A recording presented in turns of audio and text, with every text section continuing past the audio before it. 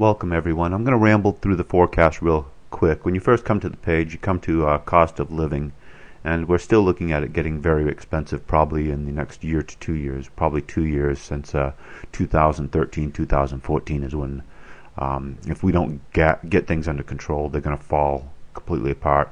We're still expecting a false flag within the next year or two that will cause some serious loss of life within the United States, or very serious change in the United States. But I say we've got a lot of content here, and we're going to fly through it just so it goes quickly. We're at the cost of living. We're going to move over to gasoline prices, and we're going to look at that until the Iran war really gets messy.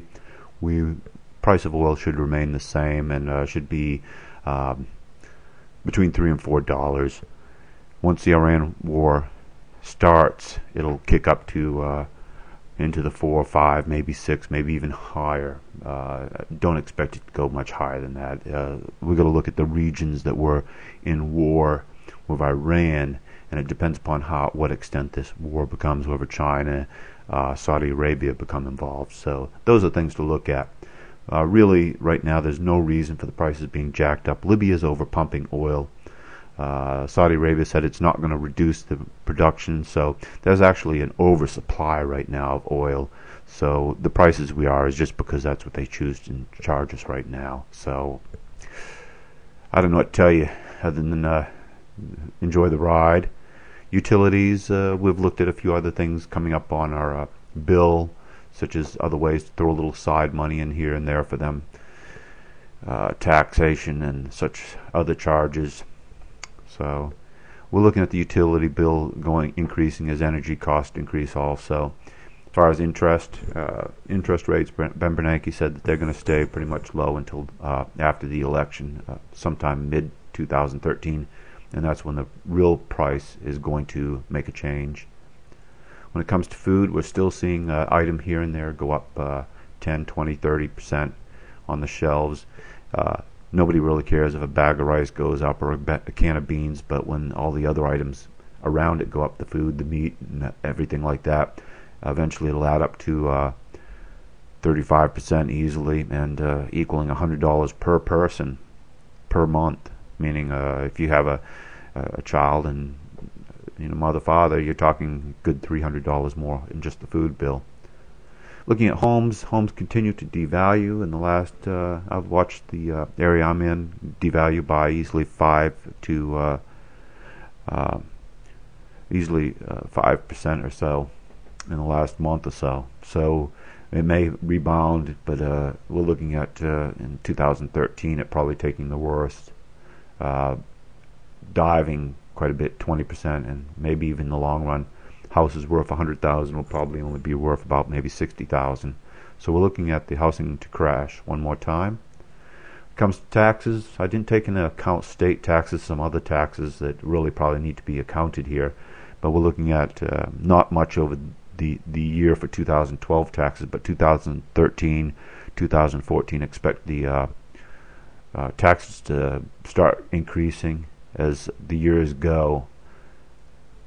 Looking at pay increases, probably expect 2% per year over the next few years.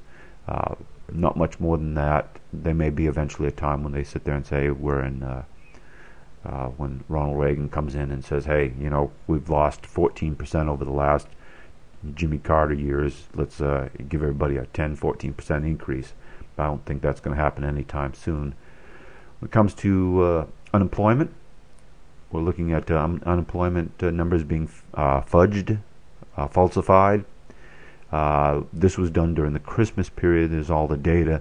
They're not showing that just about everybody that I know that was picked up for Christmas holidays is now laid off.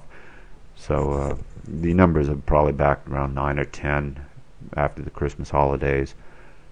So we're looking at the post office cutting about 35,000 jobs, and there's a bunch of other places where jobs are being cut in the numbers of thousands to tens of thousands. So unemployment is not going to get any better.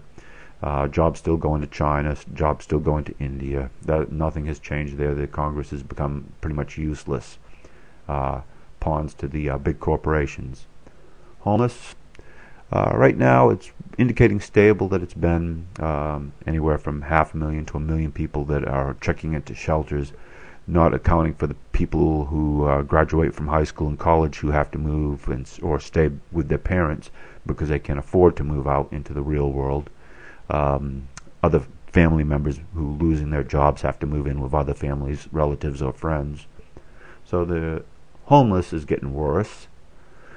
Government assistance, this could be where we become socialist. You have to understand the government structure, how volatile it is right now, and how we could actually fall into another government, actually alter the government that we know as the United States could actually change over the next few years.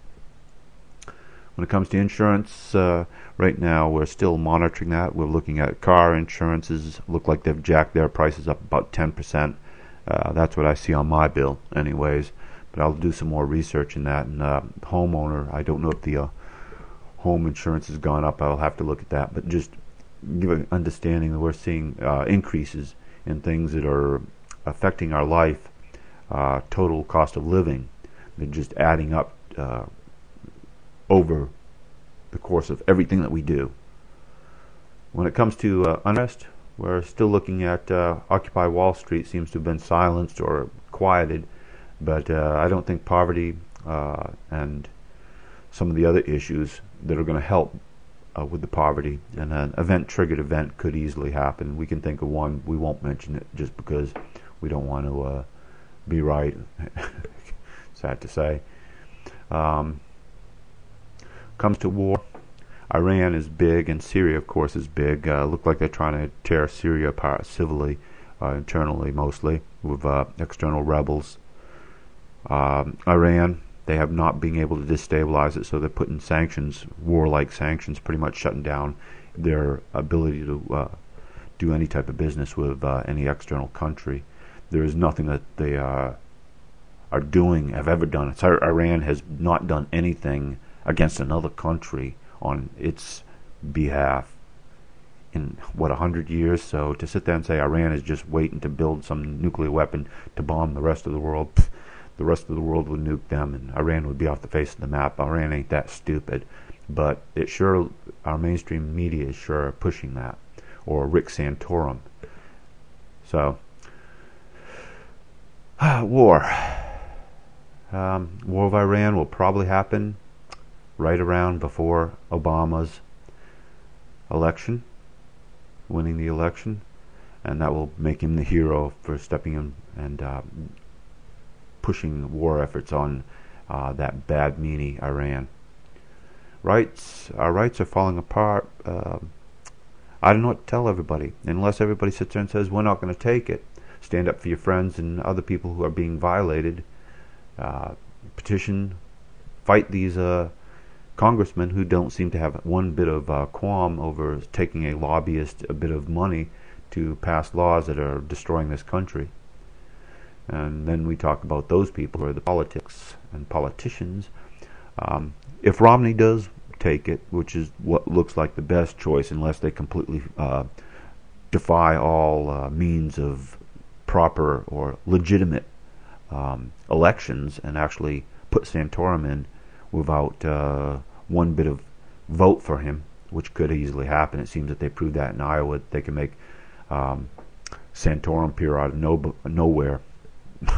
It was like, okay, and then they throw away the votes. They pretty much called Iowa worthless is actually what they did, and threw the state's electoral votes away. So anyway, we're looking at there's going to be a bad bash, and the only person who's going to stand a chance is going to be Obama. I would recommend watching the video on Gingrich and where he calls pretty much poor people lazy, and the people that the parents of poor children lazy, and says some really nasty things. That Gingrich, I don't see how in poor communities where Gingrich could even get a single vote because of the fact that he pretty much doesn't respect them. So our summary is this. We're looking at some very manipulation, mostly through the media, leading up to the Iran war. and U.S. internet censorship. Obama wins the election. There's not much that anybody can do unless they decide Rick Santorum can be fudged in there instead, because they do like his message, and he is also he's part of family, so to say.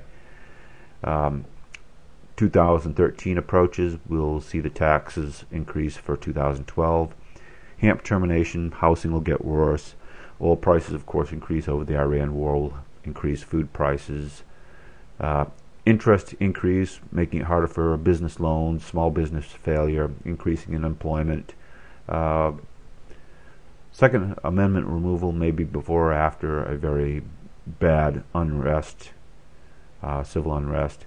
Looking at a second housing crash, tax increase again, and then somewhere along the lines of 2014, 2015, the European Union collapse in their euro, followed by Wall Street within weeks after that, U.S. defaulting on its debt, and then during that short period of time while the money is on the brink, you'll see welfare, Social Security, food stamps not paid for a short period of time that will cause a very large civil unrest and possibly lead to martial law. That's our quick look right now. We'll probably expand upon this next month. So, suggestions. There's a bill in Congress called the Return to Prudent Banking Act. It has been over 10 years since Bill Clinton screwed the country over. We need to get Glass-Steagall Act back, and this is the act trying to do that. Demand complete repeal of the Patriot Act. Pay off all credit cards and debts. Take out a 401k loan to pay off credit card debt. If you are got a good job, have a 401k, and you have a credit card debt, take a loan out. The interest goes to your 401k. The credit cards go away. Keep the credit cards down and off, because the credit cards and the non-fixed loans is where they're going to be able to take people's homes away. So get these taken care of, and you may be able to survive upcoming possible depression. Buy nothing that is not necessary. Put your money toward your credit cards. Get yourself set up for if there is going to be some hard times that you can survive them. Get a pantry that'll hold 2 to 6 months of food. Buy a .22 rifle in support of Second Amendment. Of course, buy a gun lock, a gun cleaning kit, maybe a couple of rounds of 500 round boxes to use if it comes to that, which it shouldn't. A sling, of course. Remove illegal drugs from your life. Illegal drugs are not only illegal, but a large part of them do have a serious effect on the people that take them. They do put those people into more of a mindset to commit a crime. Some of the minor drugs, maybe not, but the point is that the system sells us the drugs. Do not buy and support the system that is bringing us down. Demand the end of the Federal Reserve. That'll never happen, not without complete change of the world, because that's the central banking system. Demand removal from the United Nations. That will more than likely not happen, as that is part of the same criminal entity of the Federal Reserve. Study hyperinflation and get ready. Tell everyone you know. If you got anything out of this, then just please pass this on, and that's all I can do. Other than that, I'm working on my book. Puzzle words. All it is a bunch of puzzles. I'll put about 400 word sentences together that bring them more questions, and if you put it all together, what you come to a conclusion is up to you, not me. It should be real interesting. Everybody I've talked to says, wow, that sounds really interesting and fun. A lot of facts that really bring out the point of some serious things going on. So anyway, love, keep healthy, and prosper.